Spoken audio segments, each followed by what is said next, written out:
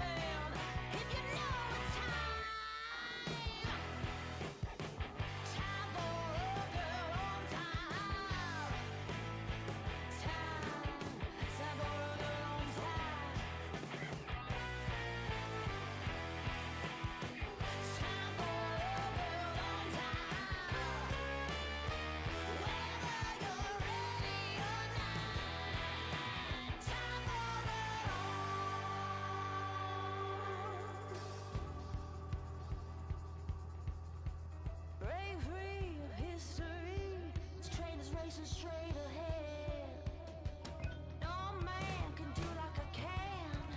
I'm the queen of the land.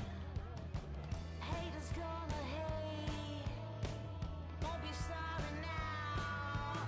Shoot me down, but I'll rise again. I'm laying down the law, and you've been served. 1 by 1, billion by billion, been holding up half the sky. Raise your hand if you're ready and willing. If you know it's time. Time for a girl on time. Time for a girl on time. Time for a girl on time. Whether you're ready or not. Time for a girl on time. Whether you're ready or not. Time for a girl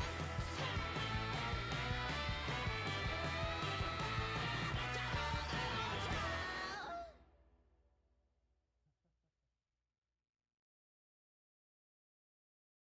Swagger down the street with your red lips and funky beat. You better.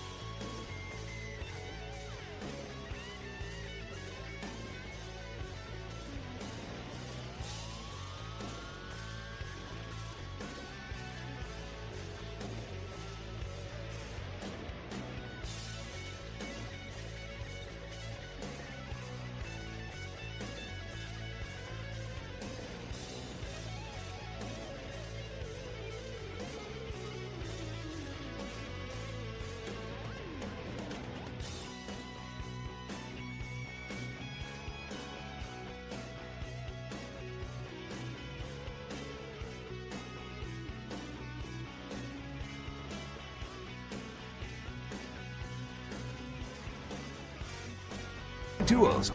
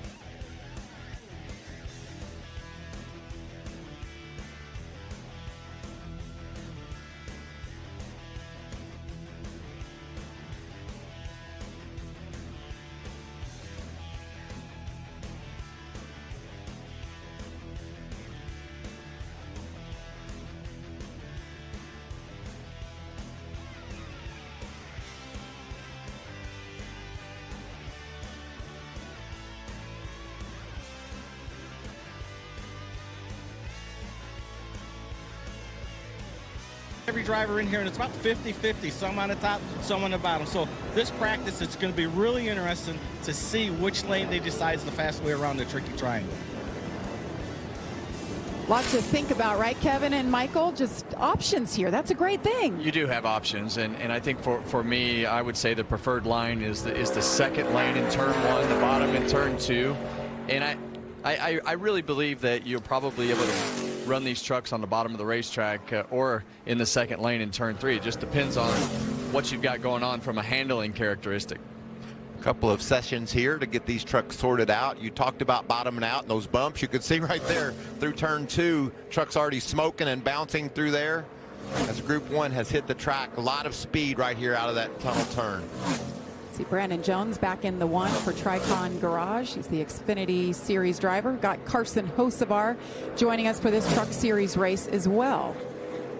Michael, you see Frankie Muniz in the 33 coming off his best finish in quite some time. A little shot in the arm for him last time we saw him at Michigan. That was a good day for Frankie. A great race Michigan was until everything kind of fell apart at the end. We started running over each other, couldn't get through restarts. This is Raj out here, and I watched him through the tunnel. He was all over the place. Then he catches another truck in turn 3.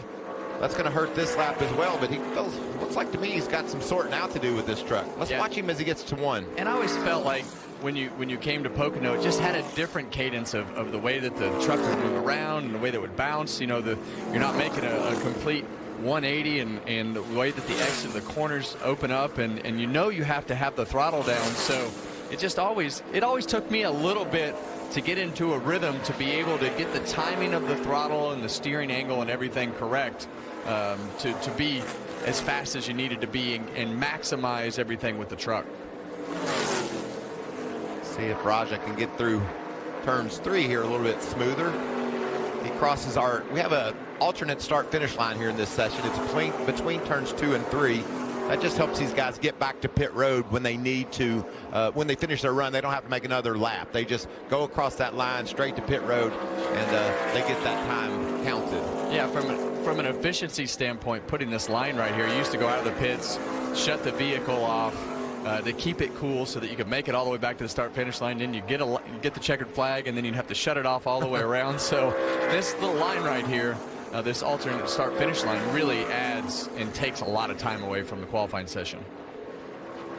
And qualifying, of course, coming up following this practice session as we look at Daniel Hemrick in the 19 truck. Just went to the top of the board. Nice lap for Daniel. One of our many different winners we've had this year, 9 through 13 races, Michael. That means we have 6 spots that are already spoken for. We're already talking about the playoffs, of course. Kevin, it happens fast over here on the truck side. We only have 4 spots left to make the playoffs. Well, I have this argument with Boyer on a weekly basis for, whether or not you need to worry about points. You need to worry about points from the time they throw the green flag in the very first race, as you see Raja going down the front straightaway there, and you can really see that yaw in the body and the way that it's built into the truck. And wow, that's as much as I've seen lately. How did they figure that out?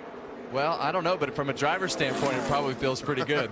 It's got to feel good, but there's rules that have these trucks maintaining a square platform, if you will, but that team has figured out a way to make their truck a little bit yawed out. Let's see if we can find some other trucks and see if that's consistent. But just from watching the monitors, Raja's truck was more than any others I saw. It's a good looking truck. Brandon Jones back in the 1. Couple of top 10s for the 1 of Brandon Jones, his last 2 outings in the truck. Yeah, you see Brandon right there, kind of on that seam. You don't really want to be on that seam there in turn 1. You want to pick a lane. You can kind of split it going into the corner, but once you get to the middle of the corner, you really want to be on one side or the other of that bottom seam to be able to maximize the grip. And then you come down here into the tunnel turn, that big bump right there. Boom, see boom. the whole truck bounce twice, and you really have to have the vehicle rotated before you get to those bumps so that it can go over the bumps as straight as possible with the wheel open, headed towards that outside wall so you can get the throttle back down. Because if you still have some wheel in that truck as it goes over those bumps, so sometimes that thing will snap out from underneath you. Brandon ran the second fastest time. He ran his fast time on the second lap. Raja ran his fast time on the third, so I think that's about the sweet spot on these tires. They're going to start slowing down. Jack Wood with a really strong start to this session at 91. He's third quick, as you see on our pylon there.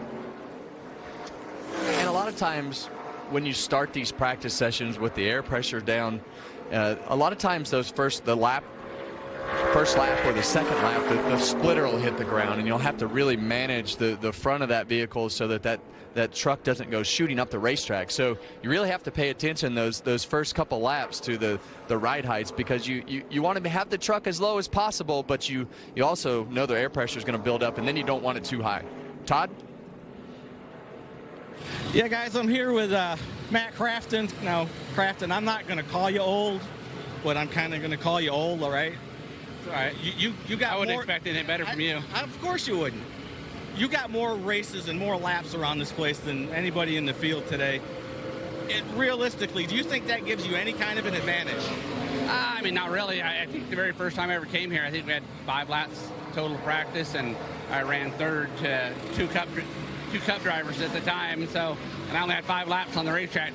So I think just having a good truck and track position and just everything going right is way more important right now, nowadays, especially. There you go. The old man says it ain't helping him. Still smiling, still having fun, being competitive in the truck series. Of course, he's been here a long time. Todd mentioned it, 581 starts now. Guys, we have 12 in this field that have never even been here in a truck. And I think in today's world, with all the simulation and everything that the young drivers have the capability to do, and being able to see that used and then see them perform on the racetrack, there's so many resources outside of that. Really, when it's going to come into effect, that experience level, is when they're going to be 5 wide going down the front straightaway into turn 1. Do I lift into the tunnel turn when I'm on the outside 3 wide? That's when the experience really starts to play. As we watch Cody Dennison here, I think it's interesting. At the opening, Kevin, I talked about how fun and challenging this racetrack is. Which corner did you find to be the most difficult, or the one that was most important to you, as we look at Connor Mosak, who's went to the top of the board in that 81 truck? Good run for Connor here. Yeah, we've seen a lot out of Connor, but I always concentrated on turn 3, Mike. I wanted to make that front straightaway as long as possible. Good looking truck for Connor Mosak. He is on top of the board. Just over 17 minutes remaining for this first group.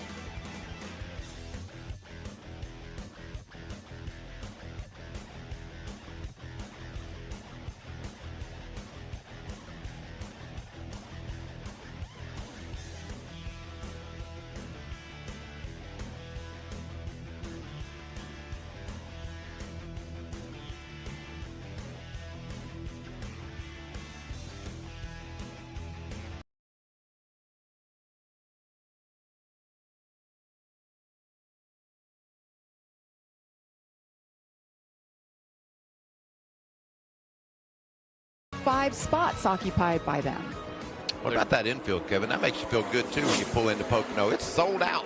There's 3,300 camping spots, and every one of them has a camper in it. It was always one of my favorite places to go, because it's a great break from what's going to be 100 degrees here in North Carolina next week, and you go up in the mountains and you see that high temperature in the 70s while they're at the racetrack this weekend today. Maybe not on Sunday, but there's just a lot to do, and so Keelan and I would go up there by ourselves and just have a great time. Yeah, it's beautiful. So much to do. The hiking around there, golf. A lot to do when you're getting a break from being at the racetrack. But today, no breaks for the Truck Series. It is, they opened the garage early this morning. We'll race at 5 Eastern this afternoon, Michael. And I'm looking forward to it. You mentioned the start, the initial start, the restart, something to watch tonight. Yeah, and this team here, you mentioned it, Jamie McAnally-Hildman has come to play. They've got 4 fast trucks here in this session, and they're liking their trucks too. You said how important it was, Kevin, to like your truck when you go out. These trucks have run the most laps as well. That means when they hit the road, they were right. Let's hear what they've got to say about the trucks.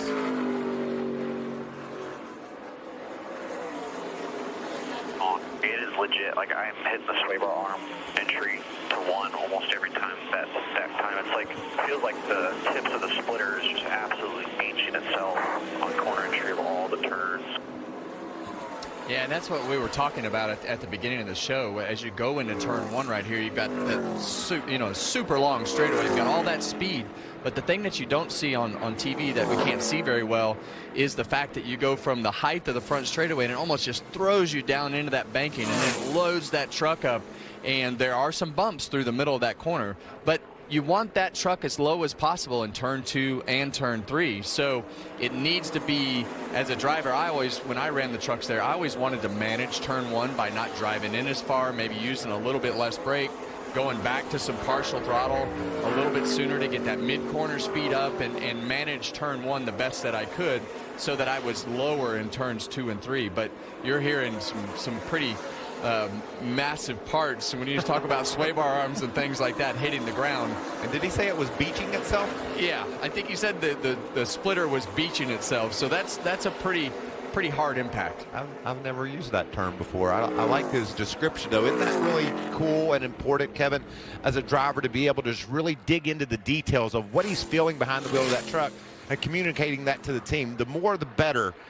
From input from the driver, I think, makes a lot of difference. Well, one thing that always frustrates me from a driver's standpoint is when they say it's just loose. It's loose everywhere. Well, tell me why. I need to know why.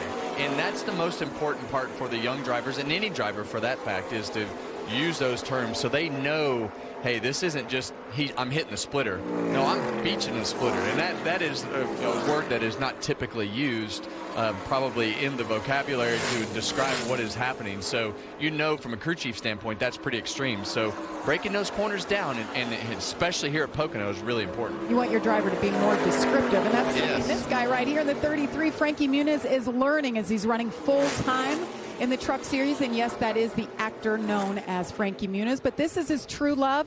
He's always wanted to race full time in a stock car of some sort, so here he is. He was in the ARCA Menard Series for a while and getting a feel as Jack Wood works around him. Got that 14th place finish at Michigan, top 15. Great job for him, and just consistent improvement. Show me something more this week than you did last. That's what the team and these drivers are looking for. That had to feel good, because he's probably the most emotional driver in the field, good or bad, and I know that one felt really good.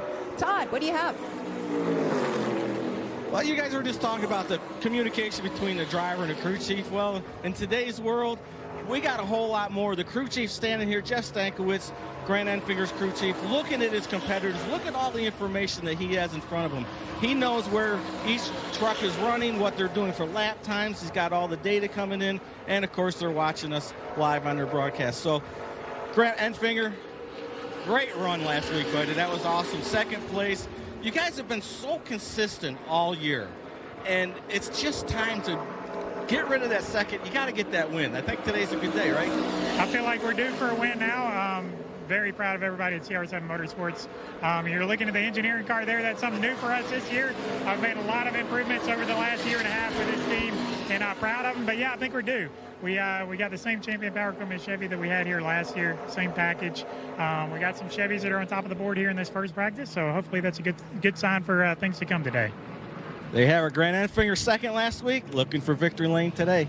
Yeah, and he was second here last year. So he just mentioned it. He's got that new engineering kind of cart, and they're getting more data. This isn't like Sunday in Cup where there's so much information and you've got the engineers back in the shops in Charlotte. This is a little bit different, but they're getting there, Kevin. They've got that ability to see more. Yeah, and they changed some of the rules underneath the truck this year. So when you start changing the aero balance, and it's not like the truck guys are racing every single week, and we know that the development, there aren't a million engineers sitting behind the scenes, and so the support is a lot less than what you have on the Cup side. So some of it is bringing those vehicles to the racetrack, kind of trial and error, and getting that balance right on the vehicle. So you know, they're a team that can win at any moment, and as we saw at Michigan, you can get one of those surprise moments where we have a bunch of restarts and things go crazy at the end of the races. So I'm not comfortable on points at this point. I think if I'm in that category that hasn't won, I'm putting a lot of pressure on myself to win,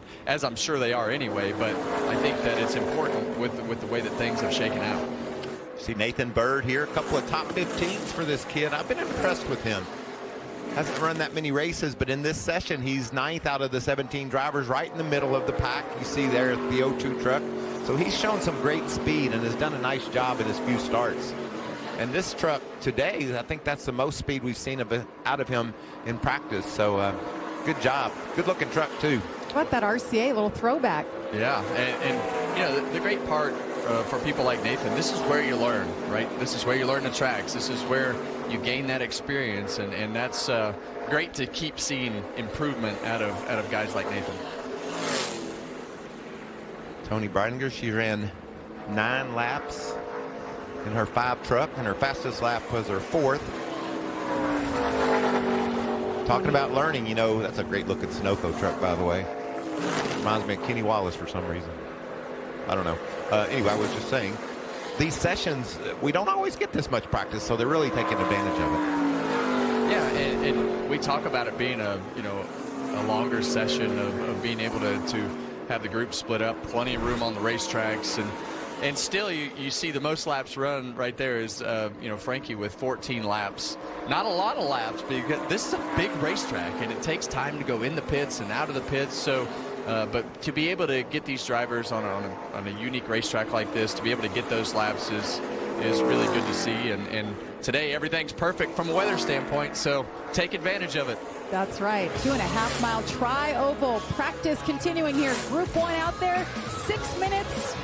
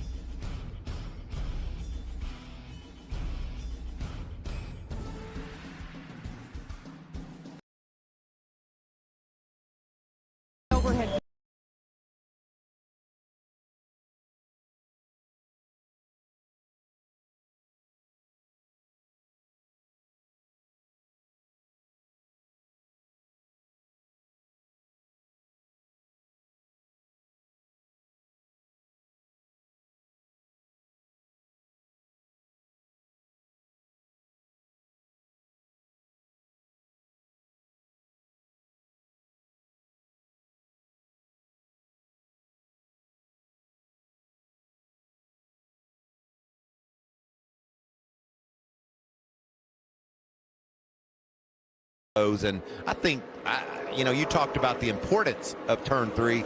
I couldn't agree more, because look at all that racetrack you can gobble up if you get a good run off the corner. So a lot of teams really talk about focusing, but it's a compromise. I know that for the driver, but the truck, it needs to be perfect, and then the driver deals with it. That's right. And you talk about turn 3. In the vehicle, it feels like forever. You get that thing in the corner and you're like, oh man, I got in there pretty good. I'm going to go back to the throttle, and then you get about 3/4 of the way off and you're in the throttle too soon and the front's pushing up the racetrack. So it's really how you shift that corner around. How far do I drive in? How much can I let off the brake? How much full throttle can I, you know, how soon can I be full throttle to be able to not shove those tires all the way up off the corner? But turn 3 feels like forever. Well, you guys, we just showed a shot of the spotters. How difficult of a place is this? 3,300 feet from the spotter stand on the front stretch to turn 2. That's about 5/8 of a mile.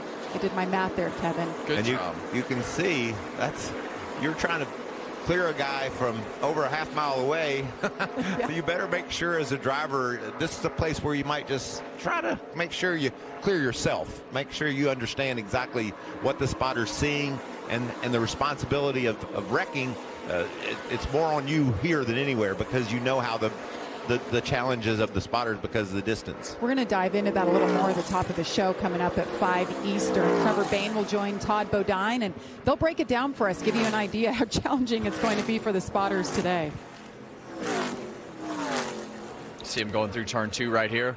All the back of those trucks going over those bumps, moving around, and as the tires you know, wear out, that becomes more and more difficult. You see the best on the screen right here. You see the best 5-lap averages. Wow, that's impressive for Mozak and Ankrum and those McAnally Hildeman trucks. You see Raja, we know he was bouncing around early in his run, but yet he was able to recover and be a part of that group that is the fastest in the 5-lap average.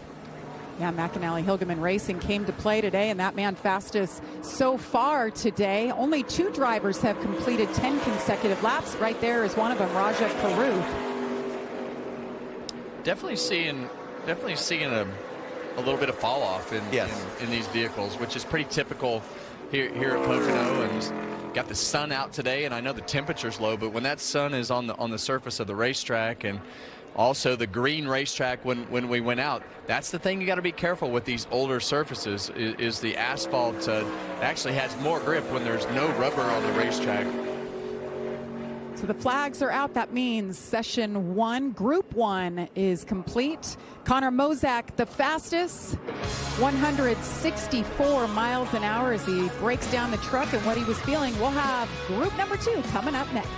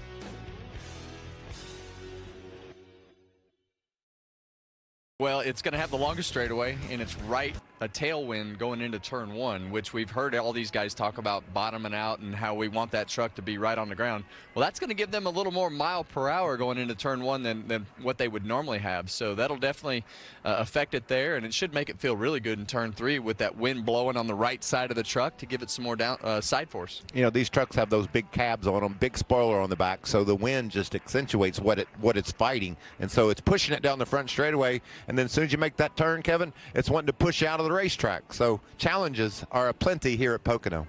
All those engineers looking up at the sky, paying attention. As you see, we've upped the wind now 14 to 25 miles per hour. Well, let's hear from the man who was fastest in that Group 1 session. Todd? Yeah, thank you, Jamie. Connor, the booth of Jamie and Michael and Kevin were just talking about the wind and how many gusts we got here and how strong it is. Did you feel any effects out there? Yeah, I was a little worried about that before we went out there, but honestly, I didn't notice it at all. So maybe that just speaks to how good of a Napa night vision Chevy we got, that it's locked in the track. But no, it just felt really good out there. Felt good in traffic early, which has kind of been our weak point, I feel like, this year. So no, I'm really happy. Blake and the boys did a really good job. Yeah, you know, we talked earlier before practice. We had a nice conversation, and you know, you only won top 10 this year, but you felt like your speed and your performance has actually been pretty good. What's your assessment of all that?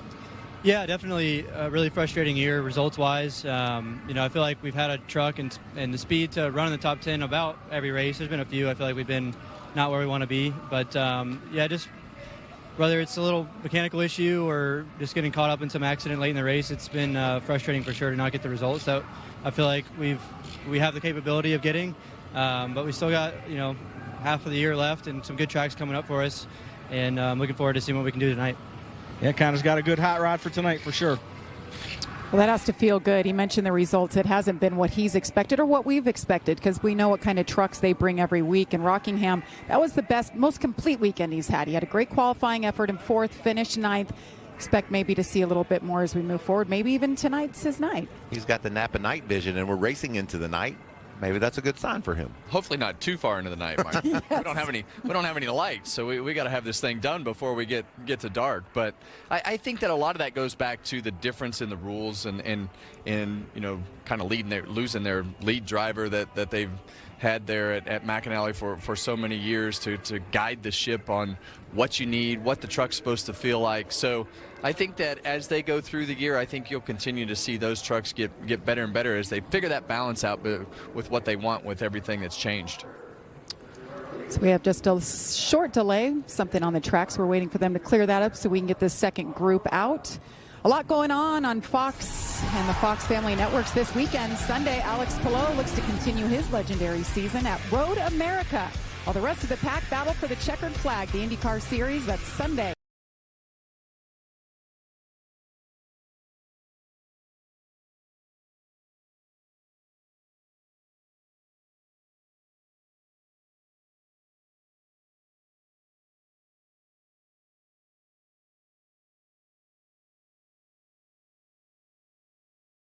Here you can see the safety vehicles are out on the racetrack. There was some debris in turn 2 that they were cleaning up. Let's hear from some drivers. One that just finished up his practice session, Todd. Yeah, here with Connor Mozak's teammate, Daniel Hemrick. Looks like McAnally Hilgeman Racing's got something going on today.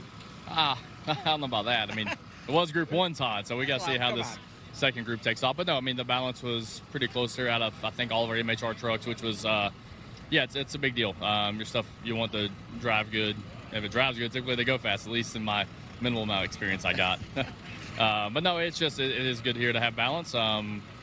Need a little bit, I think, longevity. In general, haven't got to speak to teammates yet, but yeah, it's just trying to understand. It's kind of an interesting spot. We haven't been in Group 1 many times this year, so the track's going to go through a little bit different change before we're back on track for qualifying the race this afternoon. But yeah, so far everything with Napa Auto Care Chevrolet seems okay. See if I can keep my man Josh Graham here calm down. Not going crazy here. We'll be okay. Good deal. Thanks, Daniel. How about the photo bomb from Christian Eckes over his shoulder? Hemrick's trying to be all serious in his interview, and then you got the guy who drove the 19 last year lurking over his shoulder. Look at Todd's talking to him about it now. Well, Eckes is that team leader that we were talking about there for that McAnally group, and the things that he was able to accomplish in that truck. He was the guy that was really steering that ship, and now you bring Daniel Hemrick in, a lot of experience with a lot of race vehicles, and won an Xfinity championship and all those things, but hasn't driven these trucks in a while. So I think they're definitely going in a direction that's better. Todd? Yeah, I got a guy standing here. You know, he doesn't get a lot of TV time or anything, so he had to photobomb our shot just a minute ago. Christian, what do you think you're doing photobombing Daniel? Listen, I was here first, Todd. You came to me, okay? So that's on you. Okay? It is his former team too. Yeah, I guess so. Yeah, just checking out these guys, seeing how they're doing. Xfinity just has tech today, so I'm bored. So I just came to hang out with you, actually, Todd. All right, we'll get you a pack and put you to work. How about that? Okay, yeah, sounds good. I bet he misses running over here in the trucks. It's been, a learning curve. He's moved over to Colleague Racing in the Xfinity Series, and it's good to see his face here as we are officially green for Group 2. You see last week's winner, last time out in Michigan, Stuart Friesen hitting the road. Ben Rhodes with the new crew chief. Always storylines. We're racing toward the playoffs. We are. Amazing how fast this year has gone by, and we're already talking about being so close to those playoffs, but not many races left. Look at what we're doing next week, Michael. I know. I just love the variety of what we're doing. You know, the road courses, even though they say that, road course, that doesn't mean they're anywhere near alike. And then you've got IRP and Richmond, a couple of racetracks that are short tracks, but are nowhere near alike. So the versatility, the challenges going forward to get to the playoffs, they're great. Going to Lime Rock for the first time ever. Looking forward to that. You'll see it on Fox next Saturday. Short road course. Take a look at our Group 2 drivers. Patrick Emmerling, the Xfinity Series driver, getting a second shot at it this year in a great truck, the 07 for Spire Motorsports. Got Carson Hocevar as his teammate. He's back in the same truck he won at Kansas with. Yeah, Patrick Emmerling's a modified racer from Buffalo, getting a chance to drive that 07. It's a fast truck. We'll see how he does. Luke Baldwin, he has a new crew chief this week. I talked about Stuart Friesen winning last time out. Luke's got Rich Lucius as his crew chief now, as another Duke Thorson shakeup at Thor Sports. We see those about every year, and about this time of year it went down, and we'll see how it affects their performance. They got fast trucks, just haven't seen the results we expected from Thor this year, and that's why Duke stepped in. Well, Chandler Smith, one of 3 former winners here at Pocono. That didn't take him long. 1 lap around, second quick. Well, let's check this out, Kevin. I've been waiting for this all morning. Let's see what he does going down into turn 1, how much throttle he's able to use. Right back to it. Second fast, as you said, Jamie. That's a solid lap. This is the turn I really want to see. Can he hold her nearly wide open? Yeah, this is the one where you have to talk to yourself to try to build up the courage as to what you want to do. Didn't lift out of it all the way. You can hear him stay just a little bit of partial throttle right there. You can also hear it skipping through there, bottoming out.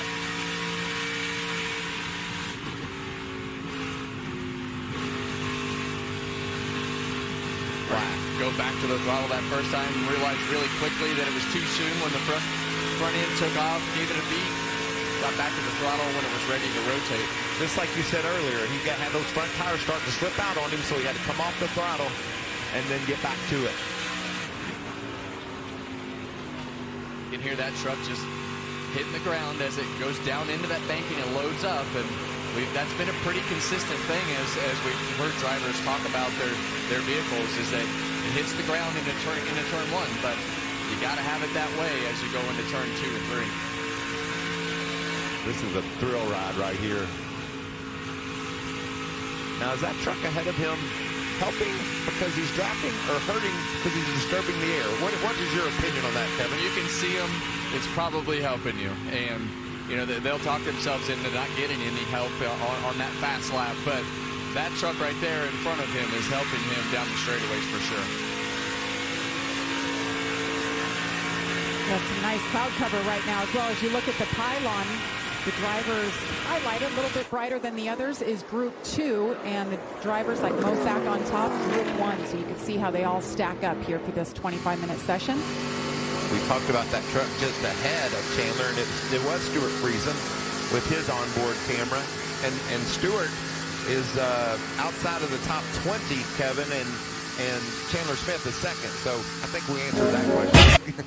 Definitely helping him. Definitely getting a little bit of a tow there, but here's Stuart there going through the tunnel turn, and you can see just how busy the drivers are in the corners.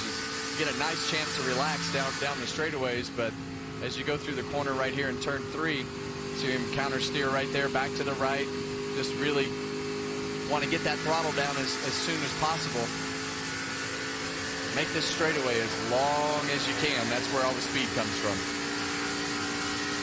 See behind him, Chandler Smith has pulled off.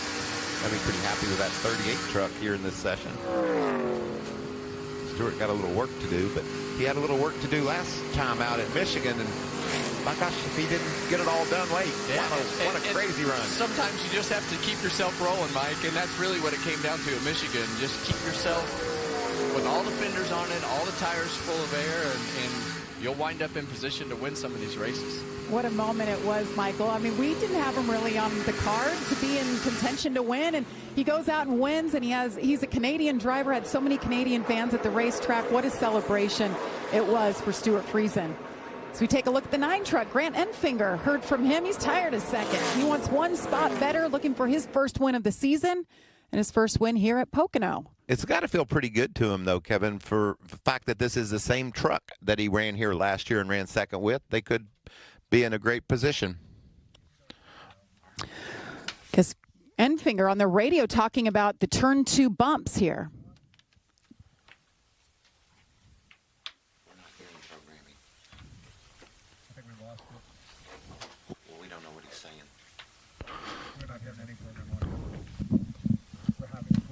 Audio issues. We're having some technical difficulties here. Get back to that, but he's struggling over the tunnel turning. You guys talked about the bumps there. Yeah, not surprising. I think that when you talk about turn 1 and everything that's happening with the loads, going over those bumps is a unique scenario in itself. So see if they can get that better as they go through this practice. Grant Enfinger 5 laps in so far, 10th quick. But still, Connor Mosak fastest from that first set.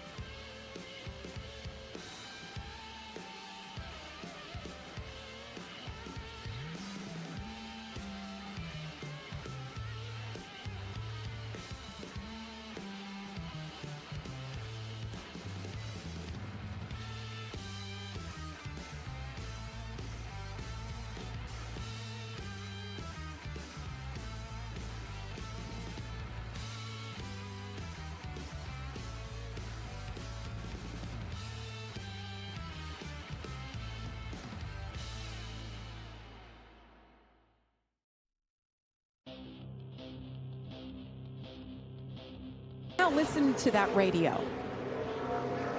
Shut off. Yeah, with power related, not engine, I don't think, because everything is dash when silent. She's running now. It hit a bump and everything shut off. Dash went out, now it's running.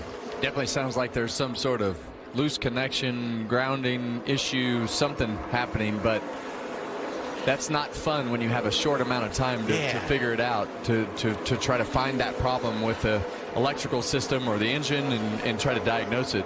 Tough when you don't have a lot of time to do that. And you know, we've talked about the bumps. He said it hit a bump, and that sounded like something just wasn't connected well.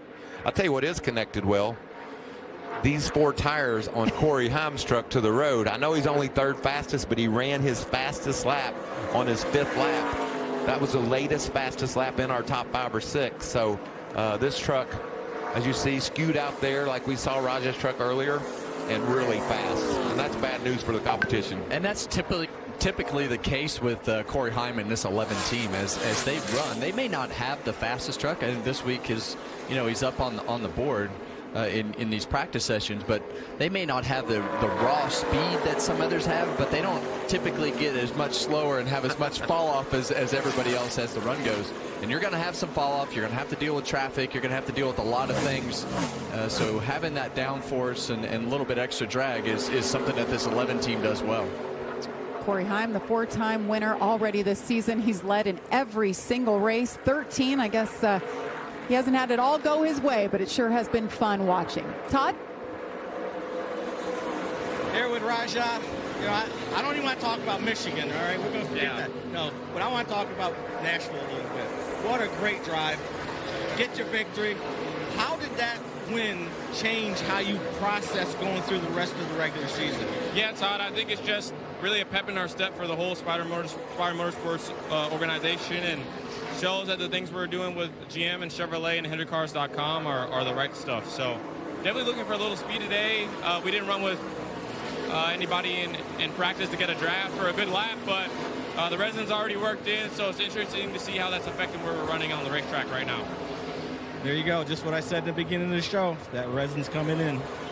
How about that for racing? He goes from winning at Nashville, and then the next week comes out at Michigan and has his worst finish of the year. What a disaster that day was. He finished 31st, but the emotions, you can't get too high, can't get too low here, right? About the time you think you have this sport figured out, it will reach up and punch you right in the mouth and show you the other side of everything that can happen as well. So that's just how racing goes.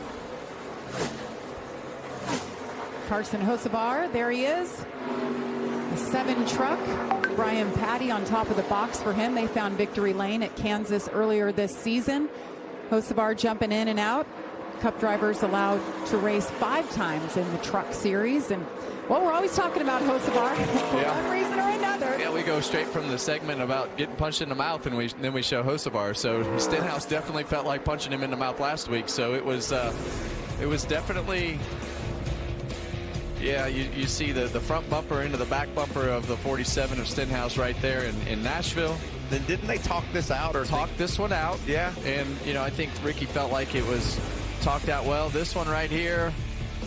Until Mexico City just last Sunday. Hit him once, didn't spin him out, and then finally spun him out a lap down. So definitely didn't make Ricky Stenhouse very happy.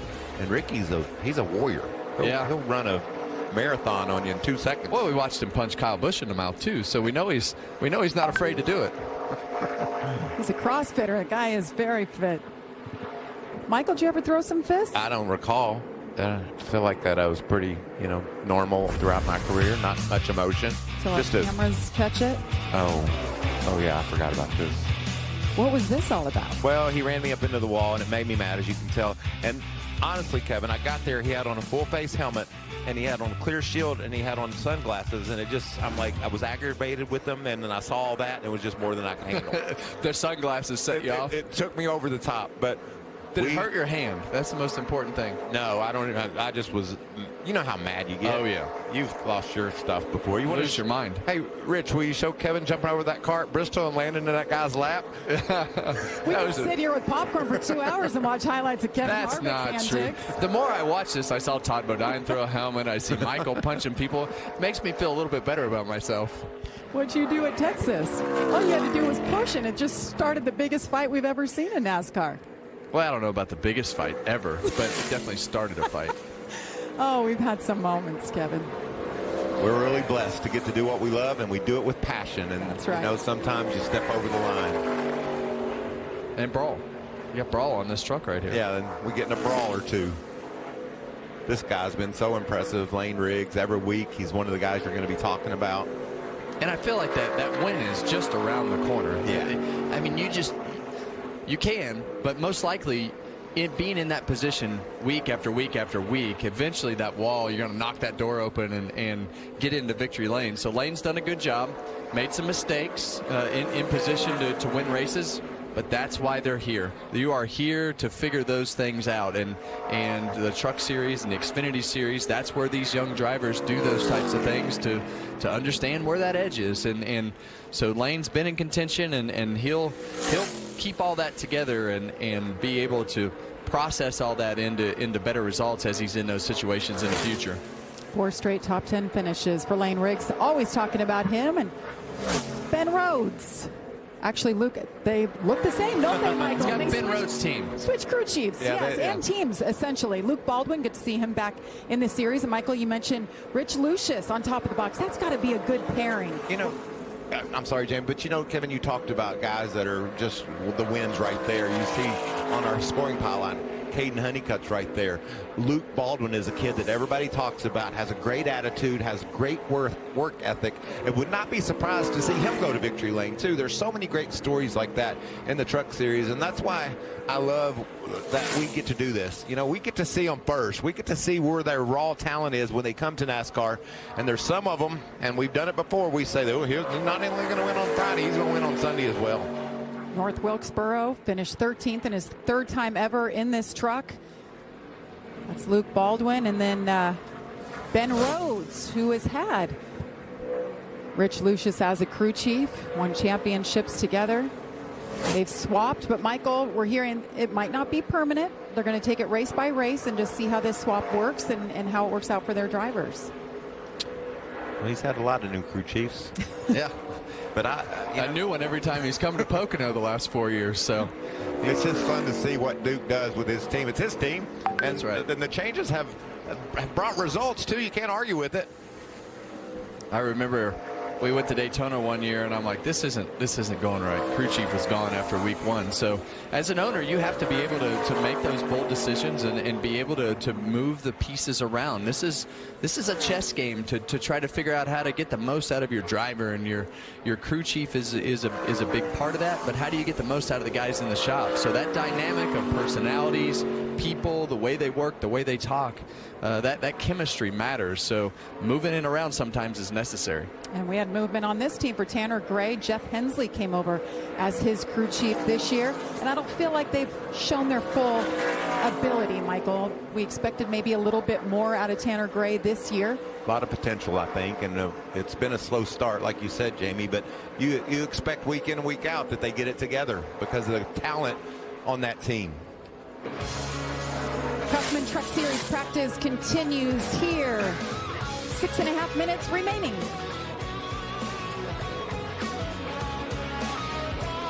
It's Saturday night, game night, or date night. You catch a rom-com where, surprise, they make out at the end. Or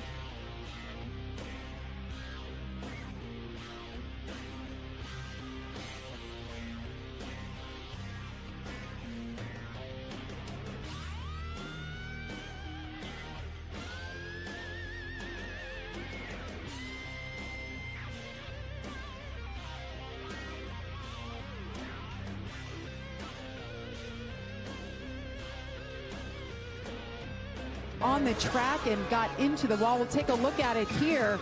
But that team has their work cut out for them. You see the aftermath, and this is what happened.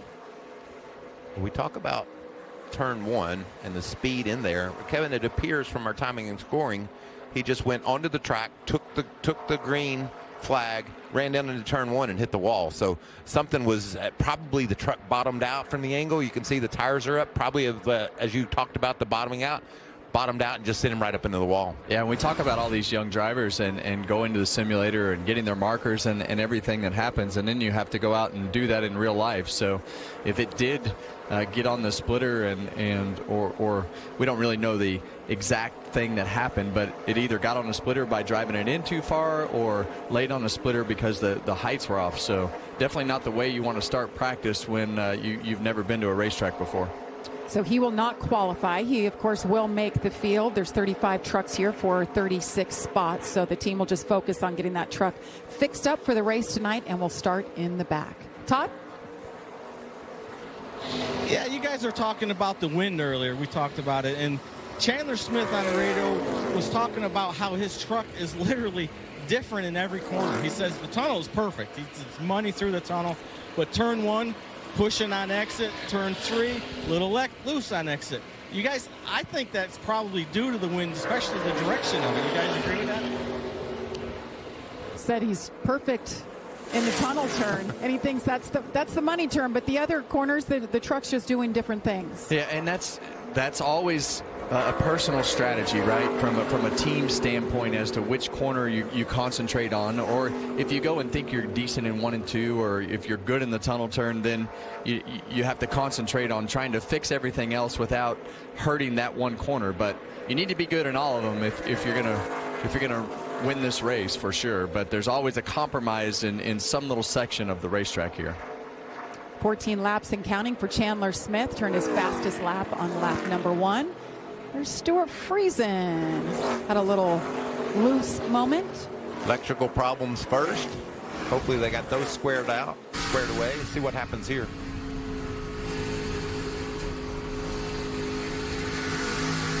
Yeah, you heard it bottom out after it went over that bump. You hear how he went to the throttle a little bit before the bump in the middle of turn 2 right there. But we saw him fighting that truck earlier, but when he got to that 5/8, 3/4 mark of that tunnel turn, he definitely had to have a correction for the back wanting to step out.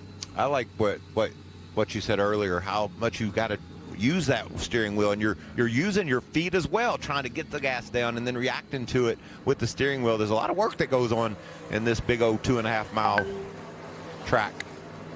Stuart Friesen, 21st on the board as he brings it down into his pit box. Jake Garcia in the 13 truck. Gosh, what a turnaround season it's been for him. He's one of those. He's the first one below that cut line to make the playoffs, just 4 points out. He has been knocking on the door for his first career win. You see his best finish of 2nd right there. Yeah, you see him practicing getting onto pit road under green. As we go into this race this afternoon, there's a good possibility that you may have to do exactly that and get onto pit road hot right there and make a green flag pit stop. So important to get those markers and know how far you can drive to pit road under green. Gio Ruggiero, unfortunate circumstance for him a couple of weeks ago at Michigan. Michael, late on a restart.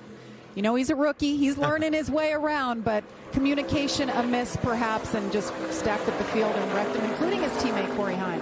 Yeah, we heard from the spotter stand that the message didn't get relayed. They were going to go at the line, and Gio didn't get the word, and he waited a bit, and that just set off a chain reaction crash. But those restarts in the Truck Series today are going to be amazing, just like they were at Michigan. There's going to be so much pushing and shoving. You got to time things perfectly, and sometimes it doesn't work that way. Well, Gio Ruggiero has a new spotter this week, and Freddie Kraft, as you see, the black and red flag is out. Practice is complete. Teams will do the switch over, and we will have qualifying coming up from Pocono. Safe like new hair. Perfecting your swing is hard. Nice shot, Dad.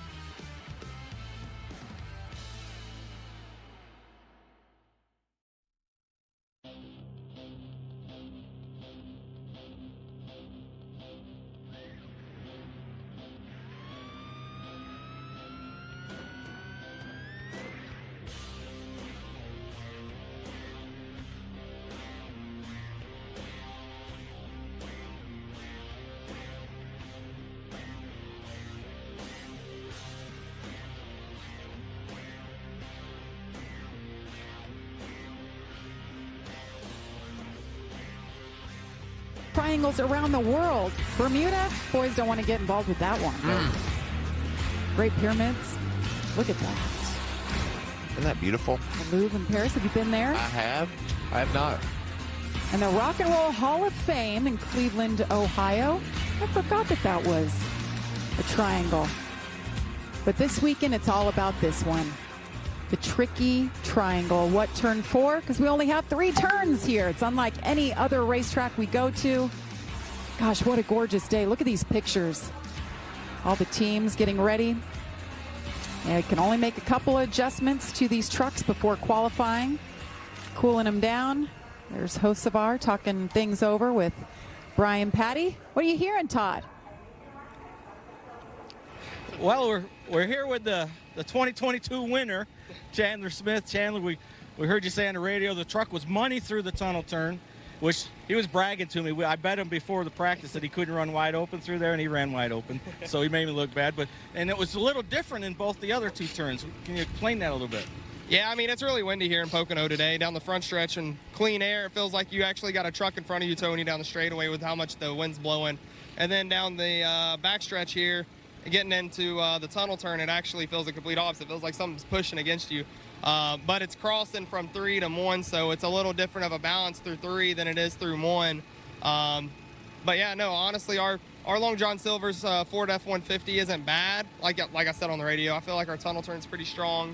Need to do a little bit of work, but I'm confident in this team, confident in my crew chief, John Leonard, to tune on this thing to make it a race-winning truck. Well, speaking of John Leonard, it's been really nice to see a new team come in so quickly, basically get thrown together the month before Daytona. And what you two have done has just been amazing. Yeah, it's amazing. I mean, it's a big testament, first and foremost, for Bob Jenkins, for believing in, me to come over here to start this second truck team and to putting all the right parts and pieces together. And Jerry Freeze of just like, hey, you guys go get the best group, let us know what we need, and that's what we did. So super, super happy, super proud of everybody on this group. Like I said, we've been thrashing, especially just with our backs against the walls going into the season with, going from 1 truck team to 2 truck teams, just having truck inventory. Like, that was a big thing for us, and having trucks to actually race 2 teams. So we're definitely getting on the other side of that now, and for the playoffs we'll be a lot better, but we're still thrashing and proud of everybody at the shop, everybody in the fab, back in heavy fab and finish fab and all that, and on the 38 and 34 group, they've been doing a great job. So there you go. When Chandler Smith likes his truck in practice, guys, you better look out. It's just been incredible what he has done. He literally got the call in November, didn't know what he was going to do the next phase of his racing career. He was running in the Xfinity Series, got the call. They got this team assembled in January, and they've won twice already this season. And Michael, Kevin, we're talking about him every single week in the speed they have, and that's the case once again today. Well, he has a lot of experience in my mind for Truck Series and knowing what they need as far as what they need on the racetrack to win, and has been in a position to win races. So it doesn't surprise me. I think that's a good team. The one thing that did surprise me right there was the difference in comments about the win from Chandler Smith to Connor Mosak. One was talking about how it affected every corner, and the other one couldn't feel it. I didn't even notice it. Why? Yeah. Well, we'll hear plenty of comments coming up as qualifying, getting ready. Who will be fastest and start this race on pole? Stay with us. Guess who's back?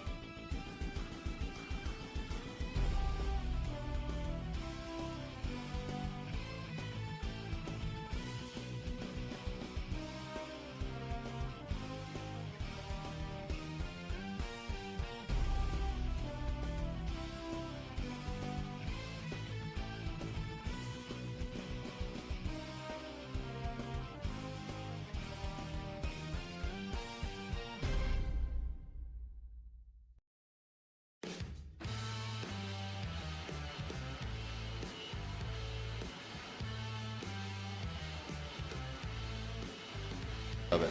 That's right. All right, qualifying begins now. Dawson Cram, welcome to the Truck Series, making his first start at 2025 and his first ever Pocono start. What a beautiful blue truck Dawson has here. Number 74. He's made a few laps in practice. See if he can improve here. Such a passionate young man, works his tail off on these trucks and Xfinity cars to get these opportunities, and it's cool to see him have a chance. Mike Harmon Racing. Remember, right there is where he takes the green flag. That's the alternate start-finish line. And so his lap has one turn in the books. He's just got to negotiate 2 more. Man, that front of that truck was bouncing around like crazy right there through turn 3. And if it's going to bounce right there, it's really going to be a handful through these next 2 corners with the bumps that we know are on those 2 ends. And the speed. I mean, there's so much speed down that front straightaway. What would you guess, 180 as he goes into the corner near about? It sounds like faster than normal with the wind. Yeah, that big push. Now he sets his sights on the tunnel turn. This is where you try to run wide open. As we talked to Chandler Smith, Todd Bodine said he told him he did do just that. And if they did that in practice in race trim, you know that that's going to be the standard. Whoa. Oh, no. Goodness. That was tight. You guys talked about those bumps. You don't hit them just right. You see how bad it can upset that race truck. On the right side, you see Tyler Tomasi. Since this is a 2.5-mile track, they are going to release basically 3 trucks at a time with nice separation between them. See Cram there with a 59.60. First out as he brings it down pit road. Tomasi, 69 truck. See if his truck is a little bit more stable than Dawson's. Dawson's was all out of the racetrack. Yeah, and as this starts rolling here, Mikey, with the 3 trucks on the racetrack, this is going to happen pretty quick. Tomasi on top of the board, 56.61 for Motorsports Business Management. 28 of Brian Doza. Brian races in and out of the Arca Menard Series, made a few starts this year. This is, I think, his first start. First start in the Truck Series this year. 25 season. That's a name we've seen around for a while. Yeah. FDNY on the side of that truck. He's got a few starts here at Pocono, so that'll help.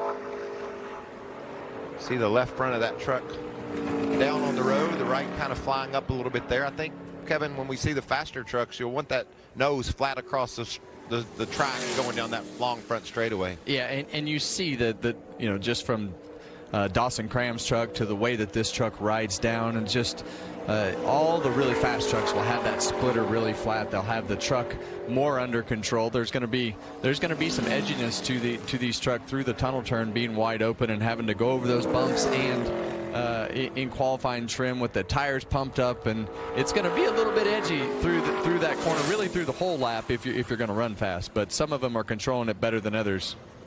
See Norm Benning in the 6 on the right side, 73 years old. Well, he's got a few years on me, and I just commend him. He loves what he gets to do. He gets out there and gives it a go. Not a lot of speed here at Pocono. He was the slowest in our practice session, but like you said, everybody's going to start this race, so he'll get a chance to get in the race this afternoon. He finished 16th at Daytona. That's got to be fun. This guy's never going to give it up. As long as they can keep bringing trucks to the racetrack, they pick and choose their spots. Norm Benning right at a minute.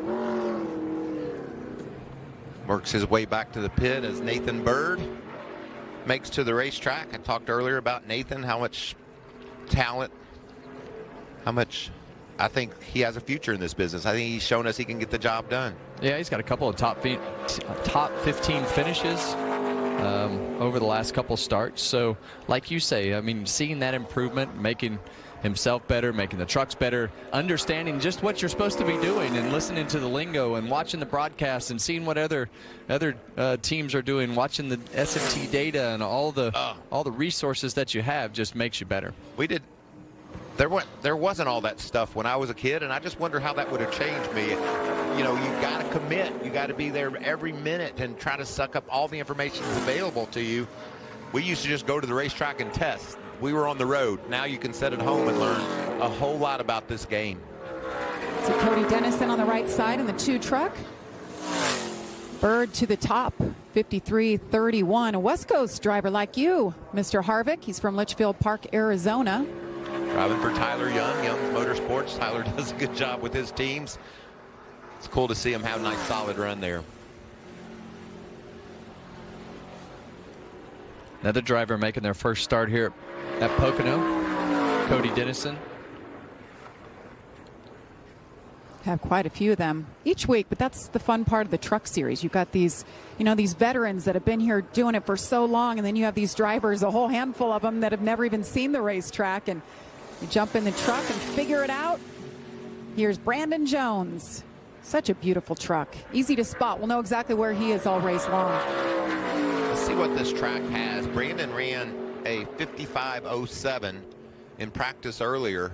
You talked about sealing them up and pumping the tires up and getting them ready for qualifying. I wouldn't be surprised to see him run well down into the 54s.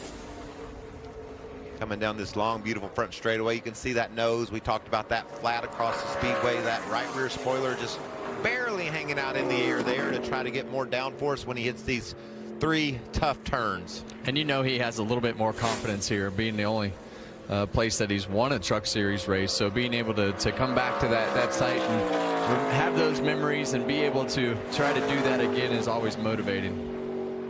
See Raja down there, or over there on the other side of the screen, in the middle of his lap. Got to expect Raja to be a guy you got to beat today. Raja, Todd had talked to him, and he mentioned something about the resin. Now, we haven't sprayed the track. We're not doing any of that, but this resin can stick around, Kevin, Michael, for years. Yeah, and I think those grooves are going to be pretty even. Trevor Bain is also there at the track. He's behind him, been keeping an eye on the SMT side of things, and just talking about the bottom as see Raja go to the top of the board right there, even with that big moment. Wow, that's a great lap. But those lanes are going to be pretty even, I'd say, with the amount of grip that the resin has lost. I think it's still probably there, and definitely will make those lanes more competitive where they sprayed that in the upper grooves. What about Raja going out and running 2 seconds faster than he practiced? Kevin, explain that. How did he adjust for those pressure in the tires and the front end sealed up? That's an awesome lap. That is an awesome lap, and that's the hard part about all of this. But from when you have that experience, that the truck's going to have more grip. And you have to do things that and you usually have notes to go off of. Just say, hey, I know I can run wide open through the tunnel turn, but it's naturally just going to run faster down the straightaway. Oh, into the outside wall for Clayton Green. Yeah, and that right front tire's flat now. It's the second truck we've seen hit the outside wall today. Hate to see that. These one-day events, quick turnaround to get ready and prepared. Yeah, and luckily right here, he's the only one on the racetrack, so it didn't affect anybody else's lap. Looked like it was down before it got there, Mike. Yeah, maybe. Yeah, I think maybe was there maybe a tire rub and it just flattened his tire. Yeah, the right front tire was definitely down going into turn 1. He'll bring it down to pit road.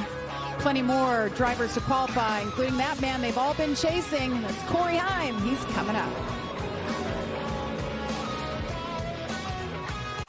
The road to 2026 starts now with the Gold Cup. The Stars and Stripes face North America's best, looking to prove they belong on the world's biggest stage. No easy path, no second chances. The Gold Cup on Fox. And Doug. Okay, here's what you want to do. Save hundreds when Liberty Mutual customizes your car insurance. Are you a caddy? No, I'm a Doug, and that's a Limu. Okay, I'm gonna putt now. Okay, I'm gonna watch you putt. Oh! Nice birdie. Yes, he is a very nice birdie. Oh no, Limu! The cards! Only pay for what you need. Liberty, liberty, liberty, liberty. Always dry scoop before you run. Listen to me. A hot dog diet got me shredded. It's time we listen to science. One-A-Day is formulated with key nutrients to support whole body health. One-A-Day, science that matters. Domino's new Parmesan stuffed crust pizza tastes like never before. Because Domino's has never had stuffed crust before. Seriously. But we do now. So get any medium 2-topping Parmesan stuffed crust pizza for $10.99 when you mix and match. Safe like repair. Perfecting your swing is hard. Nice shot, Dad. Safe like replace. But replacing your windshield doesn't have to be. Get it fixed now and pay later with flexible payment options only at safelight.com. To avoid digital threats, just turn on NordVPN.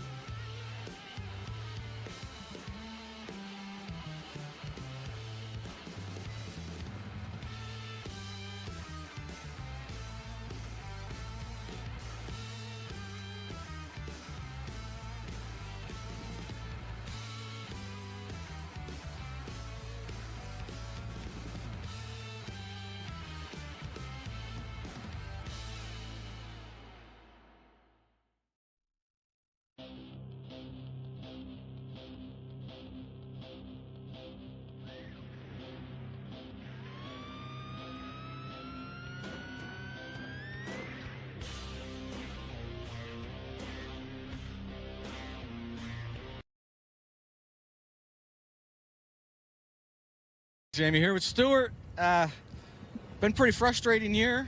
You know, a lot of fast trucks. Got a good place, second place at Atlanta, real close. Finally, you got that monkey off your back at Michigan. It's got to feel good to finally get that win. It definitely does. I'm, proud of the whole Helmar Friesen team. Big thanks to Helmar and Al at Mohawk Northeast.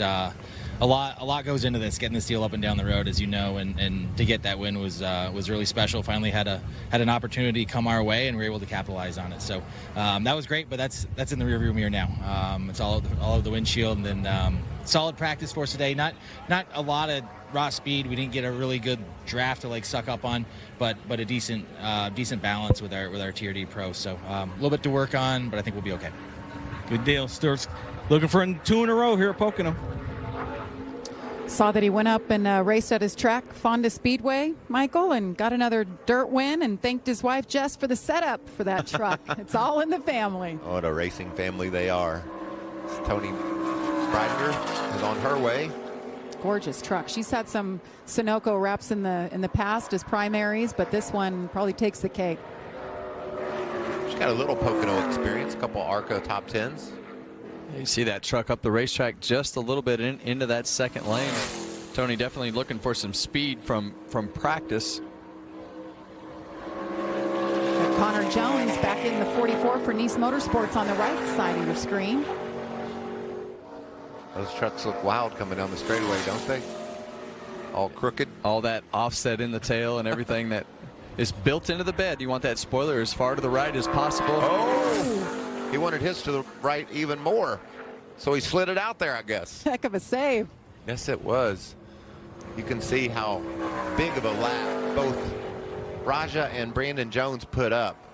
This Connor Jones is a talented young racer, and although he had that big slide, he's still going to be a little over a second and a half, near a second and a half off. Tony Breidinger 7th overall. Connor goes 3rd. I don't know, if it wasn't for that spin or slide, he might have got a little bit better than that.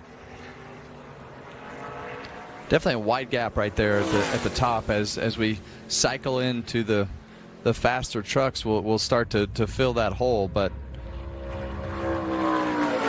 Matt Mills in the 42 making his 3rd Pocono start, driving for Nice. Yeah, and his truck was interesting in practice. He ran his fastest lap late in the day, so they made that truck better, and late in that session, excuse me. So they made that thing better and better throughout. That big run at Charlotte. it's just hard to tell yourself that you have to go out there and you need to pick up a second and a half to do what you, or at least a second to go and be in contention for the front of this field. So big commitment. Now we're going to see how fast Raja and Brandon's laps were. 19 truck will have something to say about who's quickest after this run.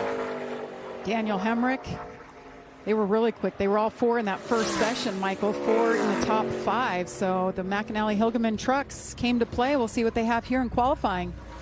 I just think those, I didn't see them going that fast. I mean, 2 seconds, that's huge pickup over practice. Daniel's not quite tracking in a position to beat either one of them. So amazing laps early in this session. And it takes all of it. You have to get off a pit road and get up to speed and get towards that turn 2 and be able to get through that corner with the maximum amount of speed, because you're going through turn 2 wide open on your up to speed lap and on your full speed lap if you're going to be in contention for this. So a lot of that has to do with that launch off a pit road and maximizing that speed into turn 2. You know, it's interesting. We used to, back in the day, have to run turn 3 twice. You know, get through there as fast as we could to get to the green, and then through there to get to the checker. Now these guys have to run through the tunnel turn twice because they got to have all that momentum as they come to the green. And the momentum is a little bit different than from turn 3 because of the fact that they're running wide open. So you know you're coming to the green probably just a touch slower. But either way, just really difficult to put all 3 of these corners together and make a fast lap out of it. Oh, and that's an example of it right there. Wiggle. Big slide for the 91, and the 81 doesn't look like he's doing much better. No, he was way up at the top of the groove off of turn 3. How frustrating is that when you miss the first corner? You're like, man, now I got to go try to make something up, make something happen, because I really messed that first turn up. Well, especially Michael. Connor Mozak was the fastest man in practice. So happy with it, made some big strides, and certainly shaved some time off there with that wiggle. Well, he's only a couple tenths off, so the most important thing is okay, I messed up one corner. I don't want to mess up all 3. Jack Woods, 7th in the 91. Mozak's been really fast since that bobble. Yeah, actually made up time the rest of his lap. He's got to be pretty pleased with what might have been. But you put together a strong lap after this. I mean, this is a huge slide. Yeah, he got loose there first and then winds up having to walk that truck all the way up the racetrack, all the way to the exit of the corner. So just past the center of that corner, you saw him snap that back around just a little bit. Didn't have to lift much, though. No, it's only 2 tenths off the pole. It's got to give some of these other drivers going out late hope that they can take down Caruth and Brandon Jones, because a little bit of a slip there. Mozak almost did it as Spencer Boyd comes down the front straightaway. Beautiful number 76 truck. Spencer works his tail off to get sponsorship and build this team and try to get better and better. Just one of the great stories down in the garage area. A whole lot like this other fella. Well, I saw that this was a big deal for him. CSI Concrete, they're usually an associate, or asphalt, I should say, and now they're a primary, stepped up. This is their local track, so always nice to see sponsors investing even bigger. They like what they're seeing here in the Craftsman Truck Series. And that's the way you do it. You take those sponsors that don't really know a lot about racing, don't spend the amount of money that it takes to be the primary, and you show them. And it's great to see that transition from associate sponsor to primary sponsorship on this truck. Frankie Muniz in the 33. His session was not good. Wasn't good earlier. So every lap you learn. That's what Frankie's trying to do. You guys were talking earlier about coming to this place, how difficult it can be, and then you throw in the fact that he's never even raced here. I know he came here in the ARCA series. They didn't have the best of luck here, so I don't think he even got a full race under his belt to really understand what he needs out of his race vehicle. Tyler Ankrum. He knows what he needs out of his race vehicle, and he's going to go get it. He broke it down on the radio earlier for his crew to figure out. And that is so important, to be able to have that communication to let those guys hone in on the area of the corner. Tell me why.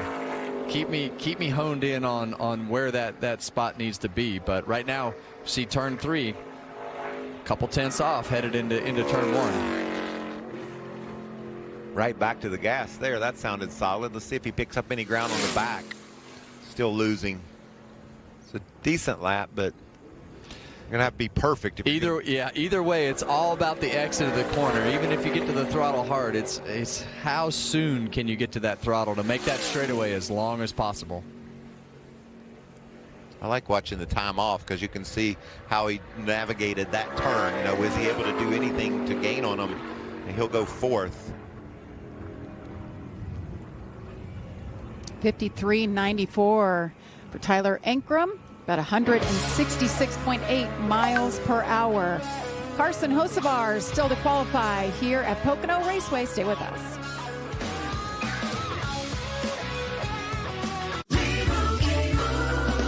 And Doug.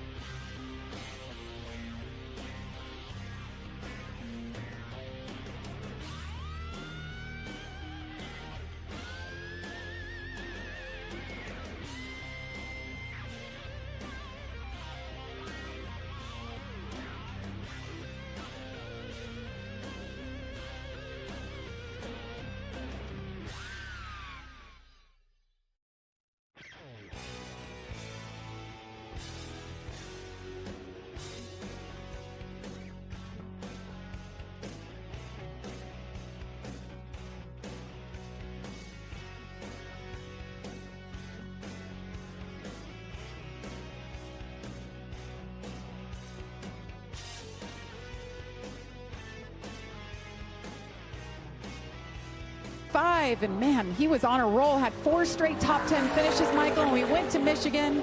We finished 21st and broke that streak. He's going to be back here at Pocono. This truck was fast in the long run in that session, and man, it looks like it's glued right now too. Nice run to the start line as you saw him pass that right there. See how he can get through turn 3. Well, if there's anybody in this field that's going to get as much out of it, we know that Caden is going to get everything that he can out of it in every single corner of every single lap, and that's just how he drives and how he races. I love his approach. He's all in. He's working on him. He's racing everywhere. He's in the trucks, and right now he's fast. Here you see on the right side of the screen, Tanner Gray heading on his way. Used it all up right there, Mike. That was a close one, wasn't it? But you see that exit of that corner pay off as he goes down the straightaway. That time just keeps increasing. And he's going to try to run wide open through there, and man, that looked solid. That'll do it. Great lap. To the top for Caden Honeycutt. Fastest man so far. For a brief second, you saw the 15 of Tanner Gray in the green, but now tracking second. Seen a lot of cloud cover today. You see it right there, the clouds. A little bit of sun, and that can mix up your times. I know drivers always watching you guys look at the sky for cloud cover. And I would consider this racetrack sensitive to the sun and the temperature. So it is definitely one of those weather-sensitive racetracks. And I think as the sun sits there and bakes on it, it will definitely change the facility when it gets shady. Those clouds are your friend, though. If you can get those to come over, and it's pretty cloudy right now, so that's a good thing for these drivers. Is watch Ty Majeski make his run. Haven't really talked about Ty Majeski today, but not too bad in practice. 5th overall, defending series champion, looking for his first win of the season. And we expect this team to win, and they expect to win. And I think when you look at the racetracks coming up, especially when you go to IRP and knowing that their short track background, going to Richmond, a lot of those places just kind of scream Ty Majeski. So it wouldn't surprise me if they get back to victory lane over the course of any of the next 5 weeks. He has to go through this guy on the right, though, Corey Heim. It's funny, we don't talk about him really focusing on qualifying. They always focus on the racecraft and being good when it really counts, but he has 4 poles on the season. Right now, tracking second for Corey Heim. Got a good run off of turn 1. You see that time just heading the right direction. Well, it was. Ty Majeski 6th. So we keep our eye on Heim. They got confused. See if he can do it right there. Second. Wow. So close. 1/100th of a second. 53.26 for Heim. The strength of that truck is definitely the fall off. Yes. As we saw in the long run. Gio Ruggiero in the 17. Gio's done a great job, and I've been really impressed with this kid as he's gone through the first part of this Truck Series season. I've seen him race in the super late models and different ARCA races and things like that, and obviously had success in all those things, but that doesn't always translate to success here. But he has continued to learn at a really rapid pace, and even though Michigan worked out the way that it did, he was still on that front row, learned exactly what happened in the middle of being in contention to win the race. How would you like to be him here? First start at Pocono in anything.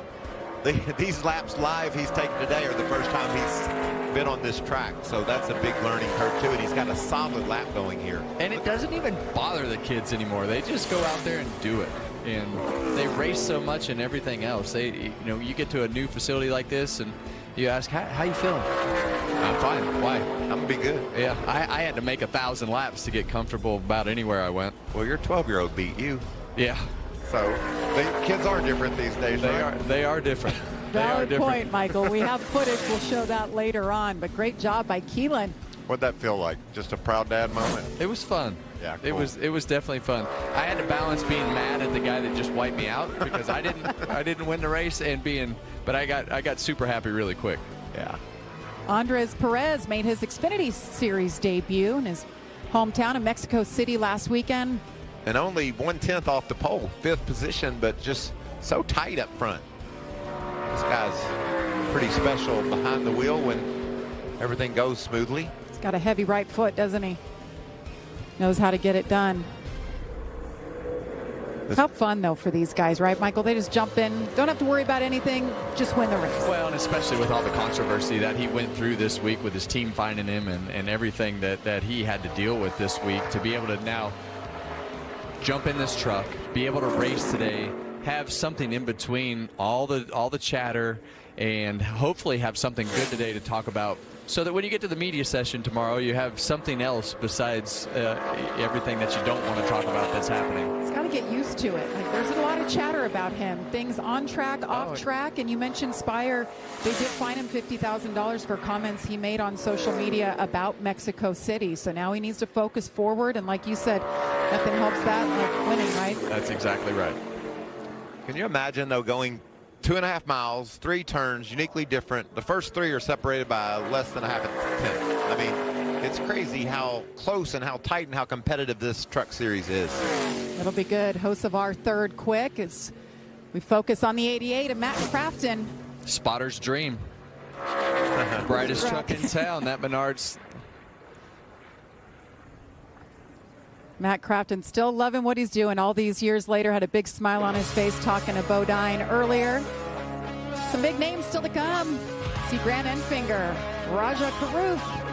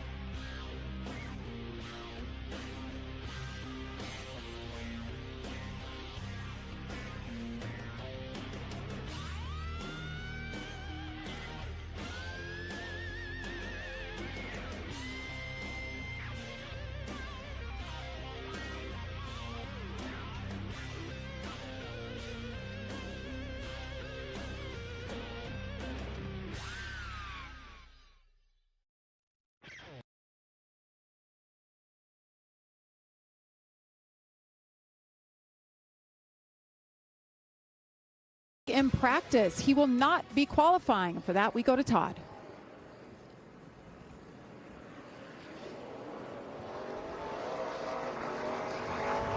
Todd, are you there? We'll get back to Todd for an update on why Ben Rhodes pushed his truck back to the garage. But meanwhile, the sister truck, they look almost identical. Luke Baldwin in for Thor Sport Racing for his 4th career Truck Series start. Just really a fun young man to watch. As I talked earlier, getting to see these young kids when they get their first chance in NASCAR and how, you know, appreciative and dedicated. Kevin, you said all the hard work that goes into it, and this kid is a great example of that. Yeah, and you know, his racing pedigree is pretty good with you know, his dad and family growing up in racing and being around it all the time. I think that definitely makes a difference, but he's so respectful and, like you say, Michael, very appreciative of the things and the opportunities that he is getting. So that always makes a big difference in getting another opportunity, and especially when you go out on the racetrack and perform like he has performed so many times. His dad, Tommy Baldwin, longtime crew chief in the Cup Series. See him walk around, just proud dad, big smile on his face, but I know he's nervous. As you see Lane Riggs on the right side. Lane's got speed as we expected. Look at that, tracking in the green. Can he get it done here? I'd say heck yeah. 53.12. Busted up that tight top 34.5 with a really nice lap for the 34. Yeah, and we talked about that 34 truck of Riggs and Corey Heim looking like they were probably going to be the 2 trucks to beat, which is pretty consistent with a lot of things that have happened on a week-to-week basis here in the Truck Series this year. Only difference is Lane hasn't been to victory lane yet, but with speed like that, definitely gives you a good shot, because qualifying here at Pocono is really, really important if you're going to get to victory lane. Yeah, is it the average start for the winner 3.5 or 7 something, I believe? 3.7, Michael, yes. So it's important to start up front. I wouldn't bet on that changing much today with you seeing.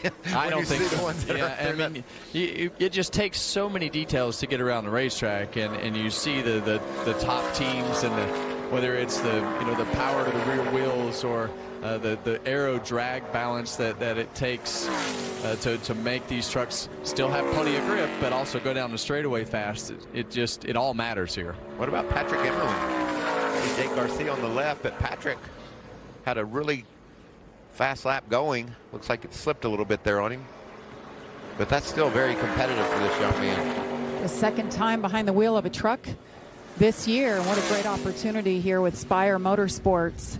Modified racer out of Buffalo, and he was hanging on to her. 10th. Good job. 53-57 for Patrick Emmerling, the part-time Xfinity Series driver. Oh, this is fun. Let's go for a ride, Jamie. Chandler, take us through it. We just left her on the map there, Kevin. And you can hear the rear tires just want to jerk the suspension out as you go through the corner with that truck all loaded up and wide open. That's a good feeling when you do what you talked about. Get off turn 3, excuse me, and down this long, look how long that straightaway is. Then you start tightening up a little bit about right now. All right, we got to do that again. Runner deep down in the corner.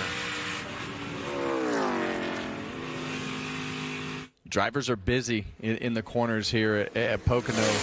And like you say, you definitely have some time down the straightaway to be able to relax and reset yourself. But it's all in talking yourself into exactly what you need to do at the end of that straightaway. And then it's all about the work going through the corners for the driver. I remember when I was a Cup racer, going through turn 2 and trying to hold it as close to wide open as you could was a big moment. It was a big deal. These guys have got to do it twice today. So, well, the most exciting part about when you had to do it wide open, there was none of that data up there to say when you said wide open, they had no way to say that you weren't. Yeah, and I bet you and I both stretched out a little bit, a time or two. 100%. As you see Stuart Friesen tracking alongside the top 15. 21st in practice, told Todd he needed a little bit more out of this race truck. Wozer down, 13th. Here comes Grant Enfinger. Second here a year ago in this very same truck. It's kind of unusual to be a year later and they got the same one. And a little electrical problem earlier in practice. Yeah, but they're hoping they got that fixed. Yeah, no doubt. They went over the tunnel turn and he lost everything on the dash. This is the last truck on the racetrack, so this is the only bullet that Lane Riggs has left to dodge here, and it looks like he's in good shape so far. Very competitive lap here for Stewart. Getting off turn 1. Look like the truck's steady, but just not the kind of pace that our... Really losing some time there, tracking 20th. Yeah, I think our tracker's playing tricks on us today, Jamie. And then he makes it up just like that. Yeah. Tracking 11th here, but what a moment for Lane Riggs. And he does it. Lane Riggs, first career pole in his 43rd start. We just talked about how important it is to start up front here. Hugs all around, that's what it means. This young man has had so much speed this year. There's his dad back there, Scott Riggs. Look at him. He looks like he could jump behind the wheel still so fit. Let's hear from our happy pole sitter, Todd. Well, buddy, a little bit better start to your Pocono weekend than last year. First pole of your career, great job, man.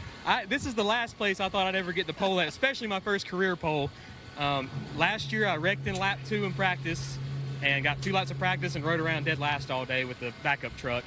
And to come out here and have such an awesome piece, and I feel like I even gave a little away on the last lap. I was apologizing to the guys saying I didn't get off of turn 1 as good as I needed to. So yeah, I knew it was really good in practice. This is our Nashville truck that ran so great there.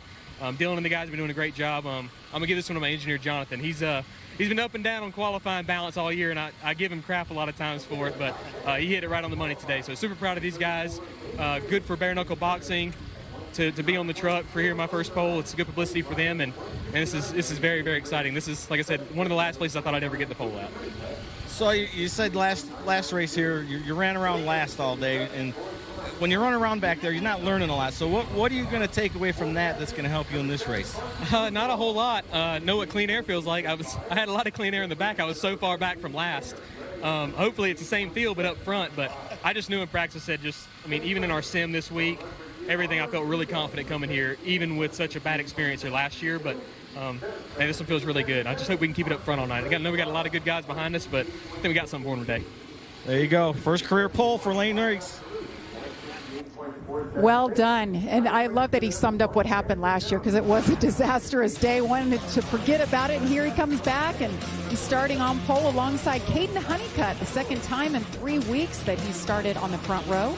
Yeah, and I think, like we talked with the stats, if they repeat themselves, the winner could possibly come from those first 2 rows. So important to look at those first 4. At row 3, Tanner Gray talked about, they've had speed. They just haven't had the results to show for it. Nice effort there. And Andres Perez back there in row 4. Yeah, and row 5, Patrick Emmerlin in this 07 truck, teammate to Carson Hocevar. He did a nice job there. Got it in the top 10 here. Yeah, you see Connor Mozak right behind them, who was fastest in practice. So he's definitely looking to improve on where he qualified. See some Thor Sport trucks there with Majeski, Luke Baldwin. And Chandler Smith in the 38. Doesn't matter where he starts. He's going to work his way forward and be part of the conversation. I'm going to make him my biggest mover. Okay. I'm going to tell you right now, he's going toward the front. Hey, by the way, Ben Rhodes, we mentioned they had unapproved adjustments, so they had to push their truck back, couldn't qualify. So not sure exactly what he has. I think he was pretty decent, it looked like, in practice. So we'll keep our eye on Ben Rhodes. He'll be a big mover, too. Jack Wood was solid in practice. Didn't have a great qualifying effort. But he'll be a top 10 contender. Lots to look forward to. How about those first 4 rows, though? A mix of Cup Series drivers. You've got experience, the inexperience. I don't want to get in a bare knuckle brawl at my age. Do you? I don't. No, I think at this particular point it is definitely not worth it. But that 34 truck, it's going to be ready to brawl today. It's fast. You look at Corey Heim, his fall off. I think that he and Lane Riggs were definitely the 2 trucks that had the best fall off. But yeah, I think Caden Honeycutt and Carson Hocevar right there, and then the draft. Yeah. And the restarts and everything that can mix this race up. So it's always exciting here at Pocono with these trucks. We know we're going to say 5 wide at some point. That's exactly right. For sure. I think multiple times. Yeah. We're going to have restarts and plenty of action coming up later today. The trucks take on the tricky triangle at 5 Eastern on